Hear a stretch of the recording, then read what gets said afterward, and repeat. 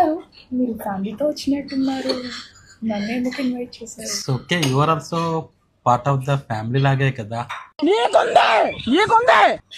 అండి. అయినా మీరు మాటిమాటికి షరత్ గారు అనొద్దు, కొంచెం అన్కంఫర్టబుల్ గా ఉంది. మరి ఏముందంటారండి?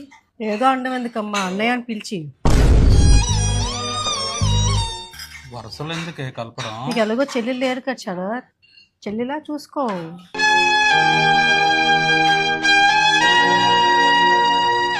యా, నాకు కూడా అన్నయ్య లేరు శరత్ గారు. దెబ్బ మీద దెబ్బ. ఏమి చేశావు నేరం, నిన్నెక్కడంటింది పాపం. హ్యాపీ చాలా. ఫుడ్ ఎంజాయ్ చేయండి. ఈసారి రాఖీకి తప్పకుండా రావాలి. షూర్ షూర్, శరత్ గారు తప్పకుండా కట్టాలి. వస్తాను. అన్నయ్య చికెన్ తింటారా?